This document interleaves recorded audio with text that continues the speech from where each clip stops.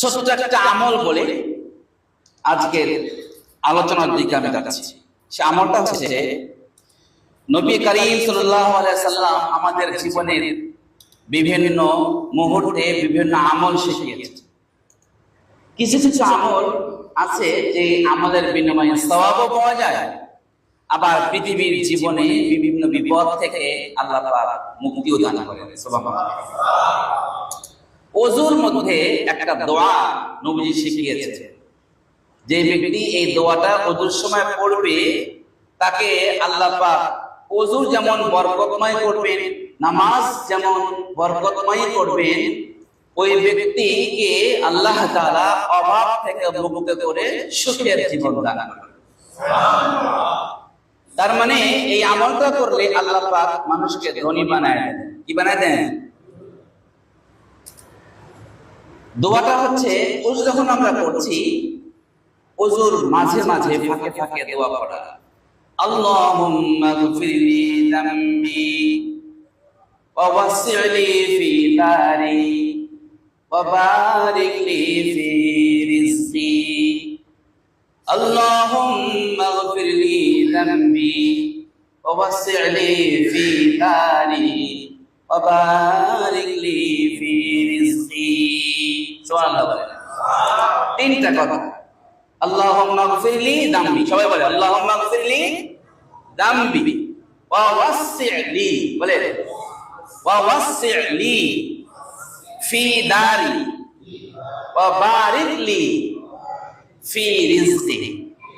এই তিন কথা, তিনটা দোয়া। দোয়ার প্রথম অংশের দোয়া হচ্ছে, অর্থ হচ্ছে আল্লাহুম্মা গফিরলি যামবি, হে আল্লাহ আপনি আমার গুনাহ মাফ করেন। সুবহানাল্লাহ। ওযু করার সময় আল্লাহ পাক রহমত নাযিল করছেন, যদি এই সময় যদি আল্লাহকে বলে আল্লাহ আমার গুনাহ মাফ করে দেন, তাহলে আমাদের গুনাহ মাফ করবেন কে? আল্লাহ মাফ করে দেবেন। দুই নম্বর, ওয়াসি'লি ফি দারি, হে আল্লাহ আমার বাড়িতে আপনি সচ্ছলতা দান করেন। সুবহানাল্লাহ। সচ্ছলতা তার মানে আমাদের অভাব না থাকে, অভাব মুক্ত করে আমার বাড়িটাকে। ওয়া বারিক লি ফি রিজকি, আর আমার রিজকে আপনি বরকত দান করেন। সুবহানাল্লাহ।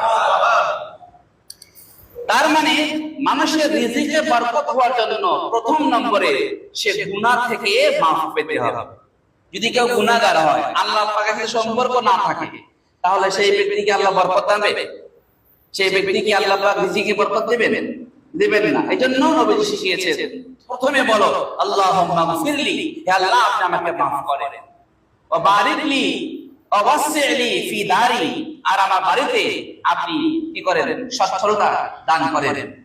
একজন মানুষের বাড়িতে অনেক টাকা আছে, পয়সা আছে, ধান আছে, চাল আছে, অনেক কিছু আছে, কিন্তু আল্লাহ পাক ওকে খাইতে দেয় না, রিজিক দেয় না।